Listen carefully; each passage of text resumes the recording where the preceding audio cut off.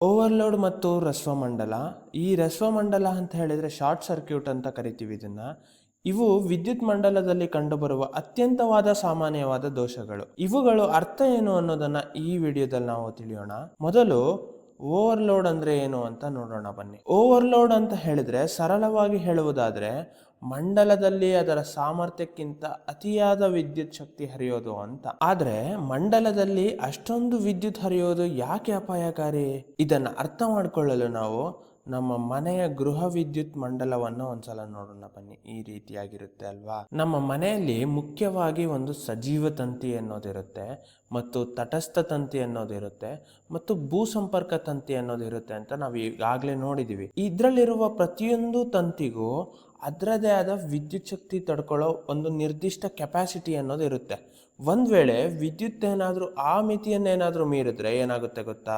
ಆ ತಂತಿಯಲ್ಲಿ ಅತಿಯಾದ ಉಷ್ಣತೆ ಅನ್ನೋದು ಸೃಷ್ಟಿಯಾಗಿ ತಾಪಮಾನ ಅನ್ನೋದು ವೇಗವಾಗಿ ಹೆಚ್ಚಾಗಲು ಶುರು ಮಾಡುತ್ತೆ. ಇದರಿಂದಾಗಿ ಈ ತಂತಿಗಳ ಮೇಲಿರುವ ಪ್ಲಾಸ್ಟಿಕ್ ಇನ್ಸುಲೇಷನ್ ಅಂದರೆ ಅವಾಹಕ ಹೊದಿಕೆ ಅನ್ನೋದು ಕರಗಿ ಹೋಗೋ ಚಾನ್ಸಸ್ ತುಂಬಾನೇ ಇರುತ್ತೆ. ಇಡೀ ಸರ್ಕ್ಯೂಟ್ ಸುಟ್ಟು ಹೋಗ್ಬೋದು. ಅಷ್ಟೇ ಯಾಕೆ, ಮನೆಯಲ್ಲಿ ಬೆಂಕಿಯ ಅವಘಡ ಕೂಡ ಸಂಭವಿಸ್ಬೋದು. ಈ ರೀತಿ ಸರಳವಾಗಿ ಹೇಳ್ಬೇಕಂತ ಹೇಳಿದ್ರೆ, ಅತಿಯಾದ ವಿದ್ಯುತ್ ಶಕ್ತಿಯು ಅತಿಯಾದ ಉಷ್ಣತೆಯನ್ನು ಸೃಷ್ಟಿ ಮಾಡುತ್ತದೆ, ಮತ್ತು ಆ ಉಷ್ಣತೆಯು ಬೆಂಕಿ ಅವಘಡಕ್ಕೆ ಕಾರಣವಾಗುತ್ತದೆ ಅಂತ ಹೇಳ್ಬೋದು. ಇದೇ ಕಾರಣಕ್ಕಾಗಿ ಓವರ್ಲೋಡ್ ಅನ್ನೋದು ತುಂಬಾ ಅಪಾಯಕಾರಿ. ಆದರೆ ನಮ್ಮ ಮನೆಯ ವಿದ್ಯುತ್ ಶಕ್ತಿಯ ಸರ್ಕ್ಯೂಟ್ನಲ್ಲೇನಾದರೂ ಇಂತಹ ಅನಾಹುತ ಆಗದಂತೆ ತಡೆಯೋದು ಹೇಗೆ? ಇದೇ ಜಾಗಕ್ಕೆ ನೋಡಿ ನಮ್ಮ ರಕ್ಷಕನಾಗಿ ಈ ಫ್ಯೂಸ್ ಅನ್ನೋದು ಬರೋದು. ಈ ಫ್ಯೂಸ್ ಅಂದ್ರೆ ಒಂದು ಸಣ್ಣ ತಂತಿ. ಇದಕ್ಕೆ ಎರಡು ಪ್ರಮುಖ ಗುಣಗಳಿದೆ. ಒಂದು, ಹೆಚ್ಚಿನ ಪ್ರತಿರೋಧ ಅನ್ನೋದು ಇರುತ್ತೆ, ಮತ್ತು ತೀರಾ ಕಡಿಮೆ ಕರಗುವ ಬಿಂದು ಇದೆ ಇದಕ್ಕೆ. ಸರ್ಕ್ಯೂಟ್ನಲ್ಲಿ ವಿದ್ಯುತ್ ಒಂದು ನಿರ್ದಿಷ್ಟ ಮಿತಿಗಿಂತ ಜಾಸ್ತಿ ಆದ ತಕ್ಷಣ ಮನೆಯಲ್ಲಿರೋ ವೈರ್ ಬಿಸಿಯಾಗಿದ್ದಕ್ಕಿಂತ ಮುಂಚೆನೆ ಈ ಫ್ಯೂಸ್ ತಂತಿ ತನಗೆ ತಾನೇ ಮೊದಲು ಬಿಸಿಯಾಗಿ ಕರಗಿ ಹೋಗುತ್ತದೆ. ಇದು ಕರಗಿದ ತಕ್ಷಣ ಇಡೀ ಸರ್ಕ್ಯೂಟ್ ಬ್ರೇಕ್ ಆಗುತ್ತದೆ.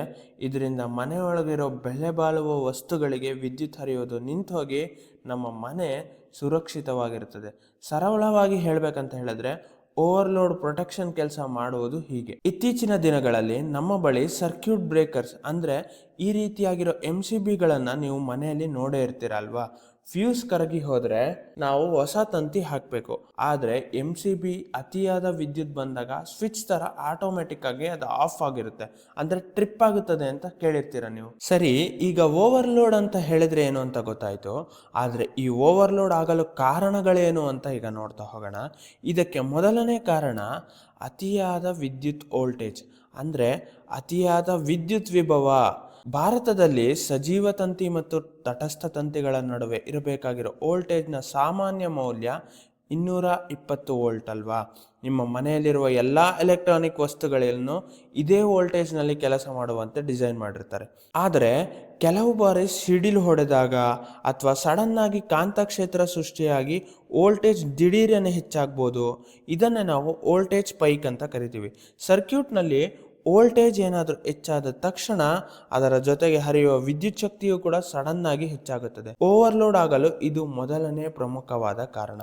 ಇನ್ನು ಓವರ್ಲೋಡ್ ಆಗಲು ಎರಡನೇ ಪ್ರಮುಖವಾದ ಕಾರಣ ಅಂತ ಹೇಳಿದ್ರೆ ಹಲವು ಉಪಕರಣಗಳನ್ನು ಬಳಸೋದು. ಇಲ್ಲಿ ವೋಲ್ಟೇಜ್ ಅನ್ನೋದು ಸಾಮಾನ್ಯವಾಗಿ ಇರುತ್ತದೆ, ಆದರೆ ನಾವು ಒಂದೇ ಪ್ಲಗ್ ಪಾಯಿಂಟ್ಗೆ ಒಂದು ಎಕ್ಸ್ಟೆಂಡರ್ ಅಂದ್ರೆ ಮಲ್ಟಿಪ್ಲಗ್ ಅಡಾಪ್ಟರ್ಗಳನ್ನು ಹಾಕಿ ಅದಕ್ಕೆ ಒಂದಾದ್ರ ಮೇಲೊಂದು ಅತಿಯಾದ ಹೈ ವೋಲ್ಟೇಜ್ ಸಾಧನಗಳನ್ನು ಈ ರೀತಿಯಾಗಿ ಕನೆಕ್ಟ್ ಮಾಡಿರ್ತೀವಿ. ಆಗ ಏನಾಗುತ್ತೆ ಗೊತ್ತಾ?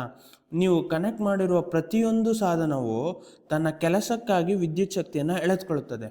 ಪರಿಣಾಮವಾಗಿ ಆ ಇಡೀ ಸರ್ಕ್ಯೂಟ್ನಲ್ಲಿ ಒಟ್ಟಾಗೆಯಾಗಿ ಹರಿಯುವ ವಿದ್ಯುತ್ ಶಕ್ತಿಯ ಪ್ರಮಾಣ ತುಂಬಾನೇ ಹೆಚ್ಚಾಗುತ್ತಾ ಹೋಗುತ್ತದೆ. ಕೊನೆಗೆ ಆ ವಿದ್ಯುತ್ ಶಕ್ತಿ ವೈರ್ನ ಸಾಮರ್ಥ್ಯಕ್ಕಿಂತಲೂ ವೈರ್ನ ಕೆಪಾಸಿಟಿ ಮೀರಿ ಹೋಗುತ್ತದೆ. ಇದನ್ನೇ ನಾವು ಓವರ್ಲೋಡ್ ಅಂತ ಕರಿತೀವಿ. ತುಂಬಾ ಪುಸ್ತಕಗಳಲ್ಲಿ ಒಂದೇ ಪ್ಲಗ್ ಪಾಯಿಂಟ್ಗೆ ಅತಿಯಾದ ಸಾಧನಗಳನ್ನು ಕನೆಕ್ಟ್ ಮಾಡೋದೇ ಓವರ್ಲೋಡ್ ಅಂತ ಬರೆದಿರ್ತಾರೆ. ಆದರೆ ನೆನ್ಪಿಡಿ, ಇದು ಓವರ್ಲೋಡ್ ಆಗಲು ಇರುವ ಪ್ರಮುಖ ಒಂದು ಕಾರಣ. ಬೇಸಿಕಲಿ ಸರ್ಕ್ಯೂಟ್ನಲ್ಲಿ ಸಾಮರ್ಥ್ಯಕ್ಕಿಂತ ಹೆಚ್ಚಾಗಿ ವಿದ್ಯುತ್ ಹರಿಯುವುದಕ್ಕೆ ಓವರ್ಲೋಡ್ ಅಂತ ಕರಿತೀವಿ. ಓವರ್ಲೋಡ್ ಆಗಲು ಅಥವಾ ಸರ್ಕ್ಯೂಟ್ಗೆ ಅತಿಯಾದ ವಿದ್ಯುತ್ ಬರಲು ಇರುವ ಮತ್ತೊಂದು ಕೊನೆಯ ಮತ್ತು ಅತ್ಯಂತ ಅಪಾಯಕಾರಿ ಕಾರಣ ಏನು ಅಂತ ಹೇಳಿದ್ರೆ ಅದನ್ನ ನಾವು ರಸ್ವಮಂಡಲ ಅಂತ ಕರಿತೀವಿ. ಅಂದರೆ ಇದನ್ನು ನಾವು ಶಾರ್ಟ್ ಸರ್ಕ್ಯೂಟ್ ಅಂತ ಕೂಡ ಕರಿತೀವಿ. ಶಾರ್ಟ್ ಸರ್ಕ್ಯೂಟ್ ಅಂತ ಹೇಳಿದ್ರೆ ಸರಳವಾಗಿ ಹೇಳೋದಾದರೆ ಸರ್ಕ್ಯೂಟ್ನಲ್ಲಿ ಅತ್ಯಂತ ಕಡಿಮೆ ರೋಧ ಇರುವ ಒಂದು ದಾರಿಯನ್ನು ಸೃಷ್ಟಿ ಮಾಡುವುದು ಅಂತ ಹೇಳ್ಬೋದು. ಇದು ಸಾಮಾನ್ಯವಾಗಿ ವೈರ್ಗಳು ನೇರವಾಗಿ ಒಂದಕ್ಕೊಂದು ಸ್ಪರ್ಶಿಸಿದಾಗ ಆಗುವ ಸಂಭವ. ಇದರ ಅಸಲಿ ವಿಜ್ಞಾನವನ್ನು ಅರ್ಥ ಮಾಡ್ಕೊಳ್ಳೋಣ ಬನ್ನಿ. ಸಾಮಾನ್ಯವಾಗಿ ಒಂದು ಸರ್ಕ್ಯೂಟ್ನಲ್ಲಿ ಯಾವುದೇ ಸಾಧನವನ್ನು ಕನೆಕ್ಟ್ ಮಾಡಿದಾಗ ವಿದ್ಯುತ್ ಶಕ್ತಿಯು ಸಜೀವ ತಂತಿಯಿಂದ ಹೊರಟು ಆ ಸಾಧನದ ಒಳಗಡೆ ಹೋಗಿ ಮತ್ತು ಅದರ ಕೆಲಸ ಮುಗಿಸಿ ಆ ತಟಸ್ಥ ತಂತಿಯ ಮೂಲಕ ವಾಪಸ್ ಬರುತ್ತದೆ ಅನ್ನೋದು ನಮಗೀಗ ಆಲ್ರೆಡಿ ಗೊತ್ತಿದೆ. ಇದನ್ನು ನಾವು ಸರ್ಕ್ಯೂಟ್ನ ಸಾಮಾನ್ಯ ದಾರಿ ಅಂತ ಕೂಡ ಕರಿತೀವಿ. ಆದರೆ ಒಂದು ಅಪಾಯಕಾರಿ ಸಿಚುಯೇಷನ್ ಅಂದರೆ ಪರಿಸ್ಥಿತಿಯನ್ನು ಕಲ್ಪಿಸಿಕೊಳ್ಳಿ.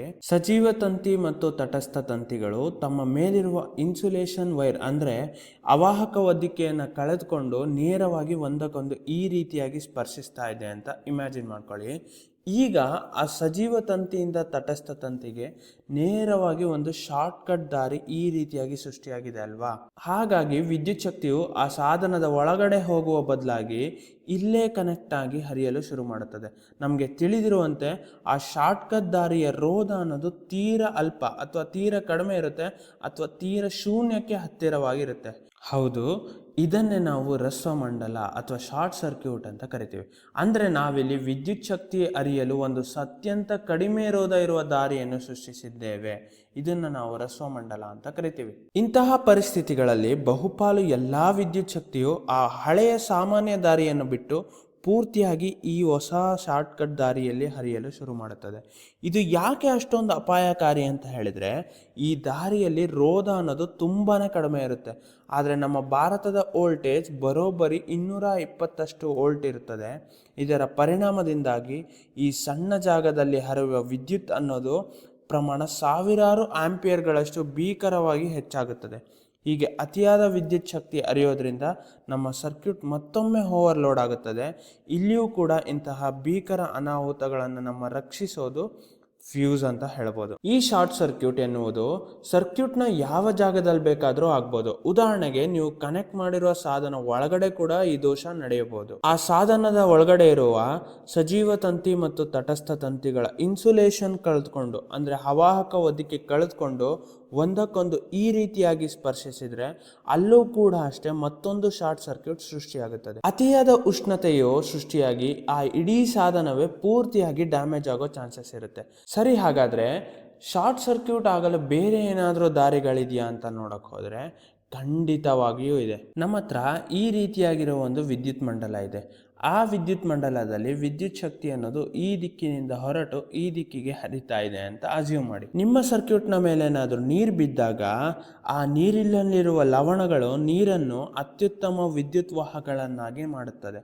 ಆಗ ಸಜೀವ ಮತ್ತು ತಟಸ್ಥ ಭಾಗಗಳ ನಡುವೆ ಯಾವುದೇ ವೈರ್ ಇಲ್ದಿದ್ರೂ ಆ ನೀರಿನ ಮೂಲಕವೇ ಹೊಸದೊಂದು ಶಾರ್ಟ್ ಕಟ್ ದಾರಿ ಈ ರೀತಿಯಾಗಿ ಸೃಷ್ಟಿಯಾಗುತ್ತದೆ. ಈ ನೀರಿನ ದಾರಿಯಲ್ಲಿ ರೋಧ ಅನ್ನೋದು ಅತ್ಯಂತ ಕಡಿಮೆ ಇರೋದ್ರಿಂದ ತಕ್ಷಣವೇ ಭೀಕರ ಪ್ರಮಾಣದ ವಿದ್ಯುತ್ ಶಕ್ತಿ ಆ ನೀರಿನ ಮೂಲಕವೇ ಹರಿಯಲು ಶುರುವಾಗುತ್ತದೆ. ಇದು ಕೂಡ ಒಂದು ರೀತಿಯ ಶಾರ್ಟ್ ಸರ್ಕ್ಯೂಟ್ ಅಂತ ಹೇಳ್ಬೋದು.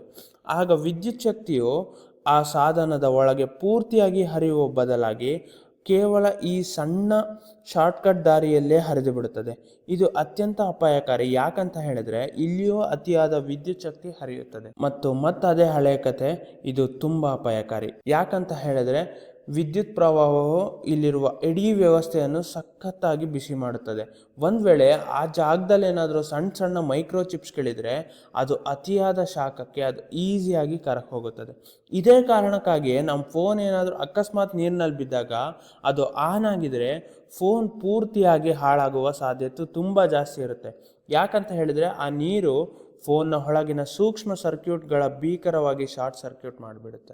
ಸೊ ಈ ವಿಡಿಯೋದ ಪ್ರಮುಖ ವಿಷಯಗಳು ಇಷ್ಟೇ. ಬನ್ನಿ ನಾವೀಗ ಏನೆಲ್ಲ ಕಲ್ತಿದ್ದೀವಿ ಅಂತ ಒಂದ್ಸಲ ಕ್ವಿಕ್ ಆಗಿ ನೆನಪಿಸ್ಕೊಳ್ಳೋಣ.